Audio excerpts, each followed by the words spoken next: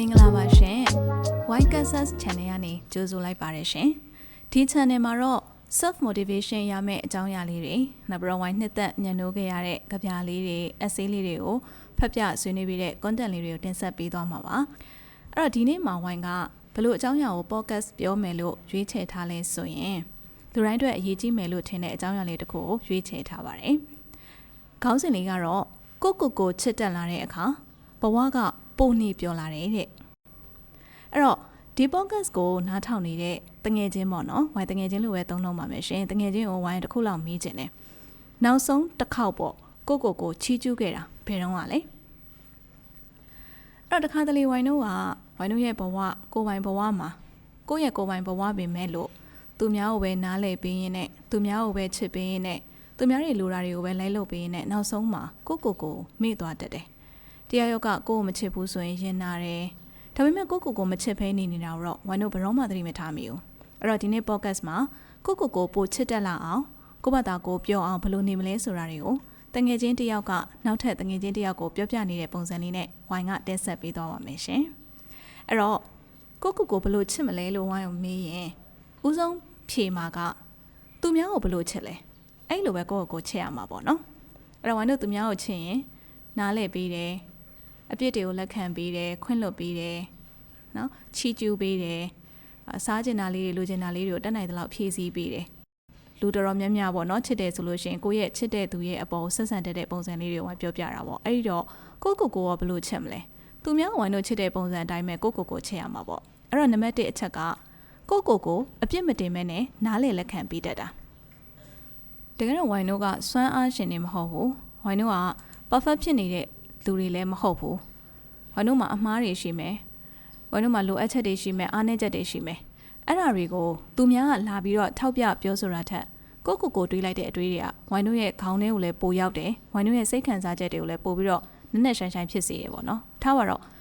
့သူများကိုလာပြောမယ်ဟဲ့နေဒီလောက်ပဲလုံနေတာလားနေအသုံးလိုက်မကြလိုက်တာအဲ့လိုပြောတဲ့စကားတစ်ခုကိုကကြားလိုက်ရတယ်ဆိုတော့အဲ့လိုလာပြောတဲ့သူကဝိုင်းတို့အတွက်ဘာမှဂရုစိုက်စရာမလိုတဲ့သူမျိုးဆိုရင်သူပြောတဲ့စကားတွေကဝိုင်းတို့အတွက်ဘာမှအသုံးဝင်မှာမဟုတ်ဘူးဒါပေမဲ့လို့အဲ့လိုစကားတွေကိုပဲကိုပြန်တွေးကြည့်ရလို့စဉ်းစားမိလိုက်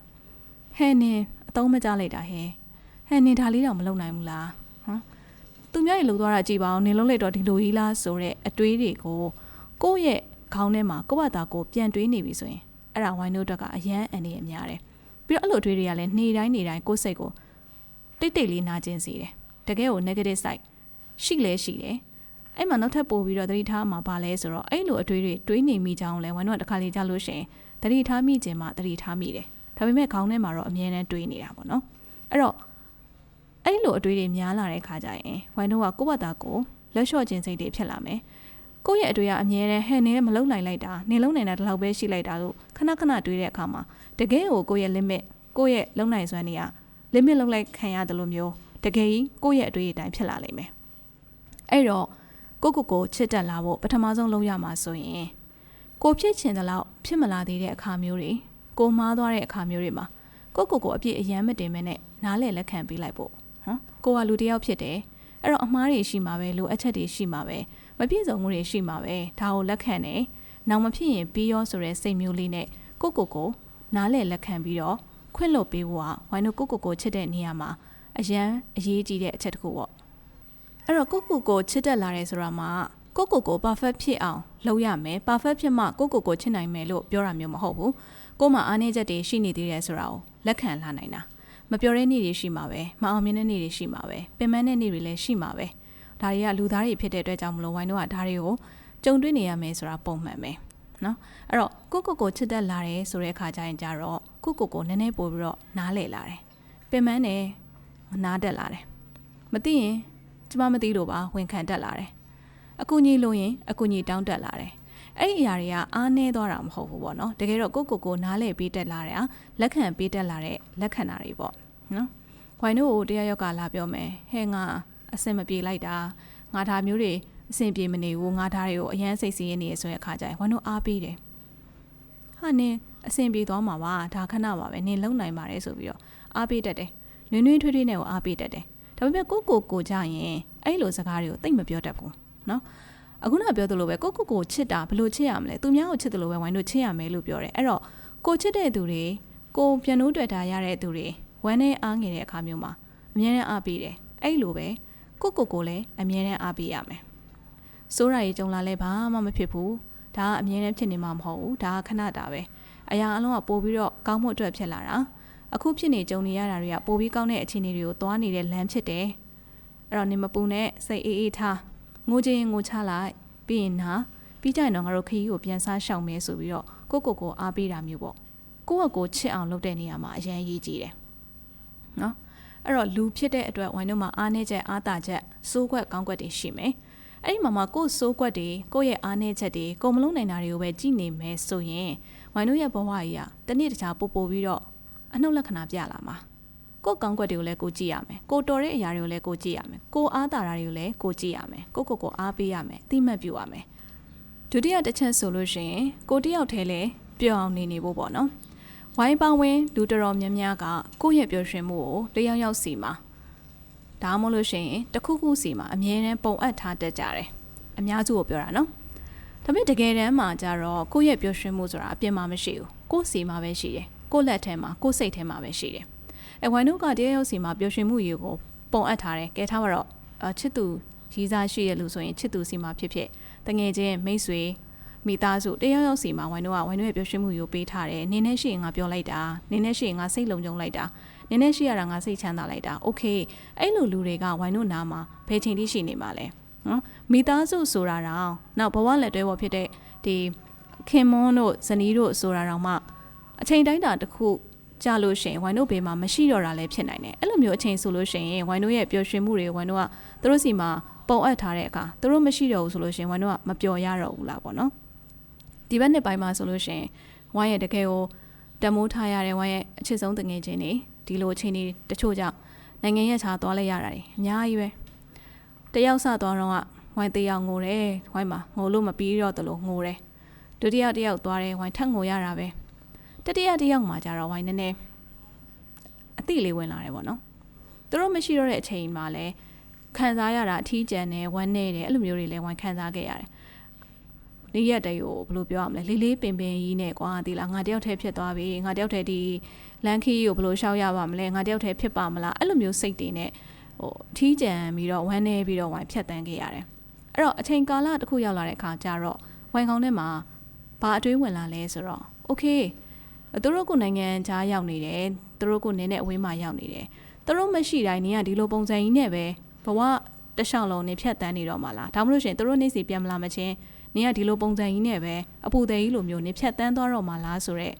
့အတွေးဝင်လာတဲ့အချိန်ကျတော့โอเคသူတို့ကိုချစ်တာကချစ်တာပါသူတို့ရှိမှပြောမယ်ဆိုတဲ့စိတ်ကတော့မဟုတ်သေးဘူးဆိုတဲ့အတွေ့အကြုံဝိုင်းစီမှာဝင်လာတယ်ပေါ့နော်အဲ့တော့ဝိုင်းပါလောက်လဲဆိုရင်တယောက်တည်းပြောင်းနေလို့ရတဲ့အကောင်းဆုံးနည်းလမ်းကတော့ကိုဝါသနာပါတာကိုလုပ်တာပေါ့နော်လူတိုင်းမှာရှိတယ်လက်မှုပညာဝါသနာပါတဲ့သူတွေရှိတယ်တချင်းဂီတဝိုင်းဆိုလို့ရှိရင်တချင်းဂီတအစပဲဝိုင်းအရန်ဝါသနာပါတယ်အဲ့အတွက်ကြောင့်မလို့ဝိုင်းဒီလို podcast လေးလုပ်မယ်ဝိုင်းလုံးချင်တာလေးတွေဝိုင်းလုံးနေရတဲ့အခါကြလို့ရှိရင်သူတို့တွေကိုမေးသွားတာမဟုတ်ဘူးဒါပေမဲ့လို့တော့ဝိုင်းရဲ့ပျော်ရွှင်မှုတော့ဝိုင်းလက်ထမှာဝိုင်းပြန်ရလာတယ်တခါတလေဝိုင်းဟင်းချက်တာလဲဝါသနာပါတော့ကိုစားကျင်တဲ့ဟင်းလေးတွေကိုဝိုင်း TikTok တွေYouTube တွေမှာကြည့်တယ်ချက်ကြည့်တယ်ကိုဘေးနားမှာရှိရဲ့ကိုရဲ့မိသားစုကိုကြွေးကြည့်တယ်သူတို့ကောင်းကောင်းမွန်မွန်ပျော်ပျော်ရွှင်ရွှင်စားနေတဲ့အခါမျိုးဆိုလို့ရှိရင်ဝိုင်းကျင်တတ်တာပဲနောက်ဝိုင်းတိန်တွေကိုကြည့်ရတာကြိုက်တယ်အဲ့တော့ဝိုင်းတစ်ခါလေကြာလို့ရှိရင်နှစ်ချက်လေးတက်ပြီးတော့တချင်းသားထောင်နဲ့ဝိုင်းတိန်တွေကိုငေးတယ်တစ်ခါလေကြာလို့ရှိရင်စပိန်ထွက်စီးတာမျိုးပေါ့နော်အဲ့လိုမျိုးပေါ့ activity တွေကအများကြီးရှိတယ်ကိုဘဲဟာမှာတကယ်ကိုပြုံးဝင်လဲကိုဘဲဟာမှာတကယ်ကို passionate ဖြစ်လဲဆိုတဲ့ဟာကိုအသိဆုံးပါအဲ့လိုမျို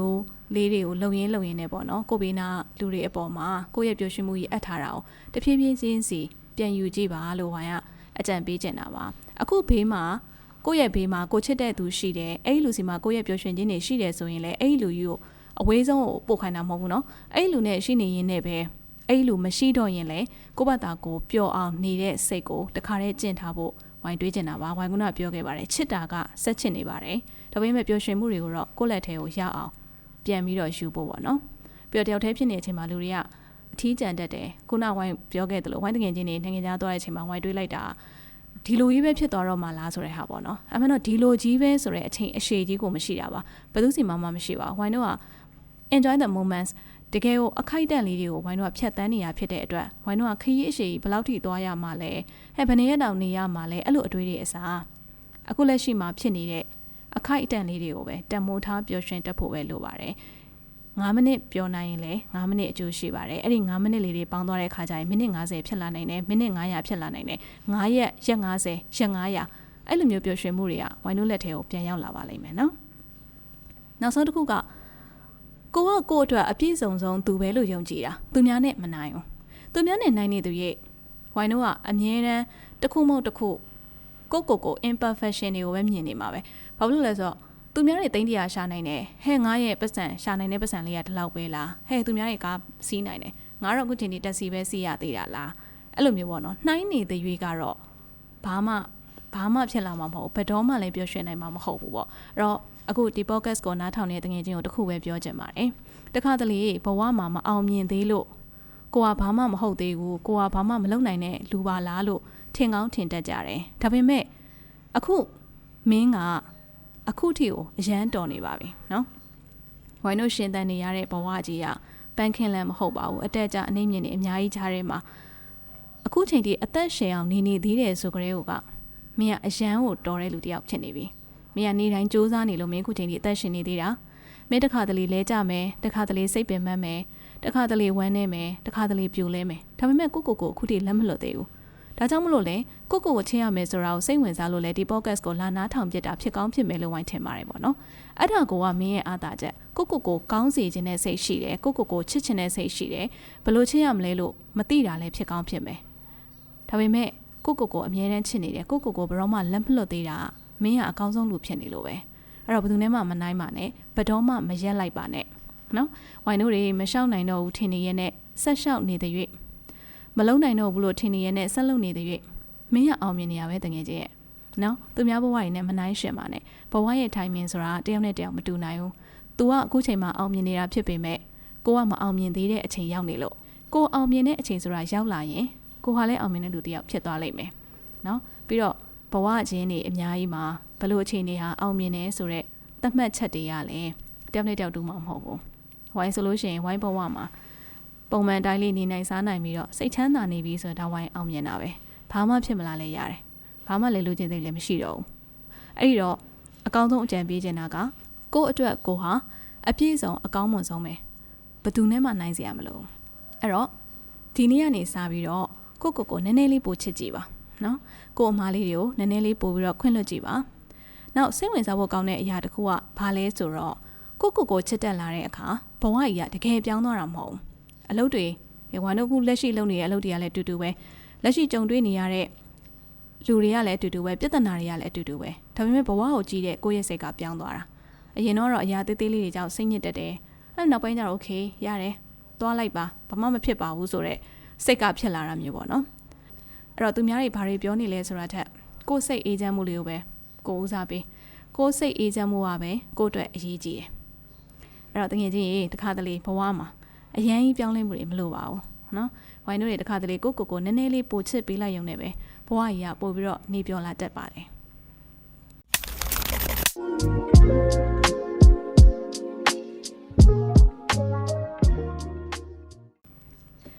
โอเคဒီ podcast ကိုနားထောင်ပြီးရတဲ့အတွက်ကျေးဇူးအများကြီးပဲတင်ပါတယ်ဒါလေးကိုနားထောင်ပြီးတော့နည်းနည်းလေးပဲဖြစ်ဖြစ်ဘဝကပို့ပြီးတော့နေလို့ကောင်းသွားမယ်ဘဝကိုရှေ့ဆက်ဖို့အားလေးနည်းနည်းလောက်ရသွားမယ်ဆိုရင်ပဲဝိုင်းကအမြဲတမ်းဝမ်းသာနေမှာပါဝိုင်းရှေ့ဆက်ပြီးတော့လဲပေါ့နော်ဒီလိုမျိုး motivation ရမယ့် podcast လေးတွေရော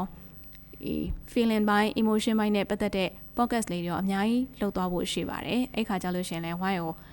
အမြဲတမ်းအားပေးဖို့ဝိုင်းနဲ့တူတူရှိနေပေးဖို့လဲဝိုင်းကပြောချင်ပါတယ်ရှင်ဟုတ်ကဲ့ပါဒါဆိုလို့ရှိရင်ဒီနေ့အတွက်တော့နှုတ်ဆက်ပါမယ်နော်နောက် podcast လေးတွေမှာပြန်ဆောင်ပါမယ်ရှင်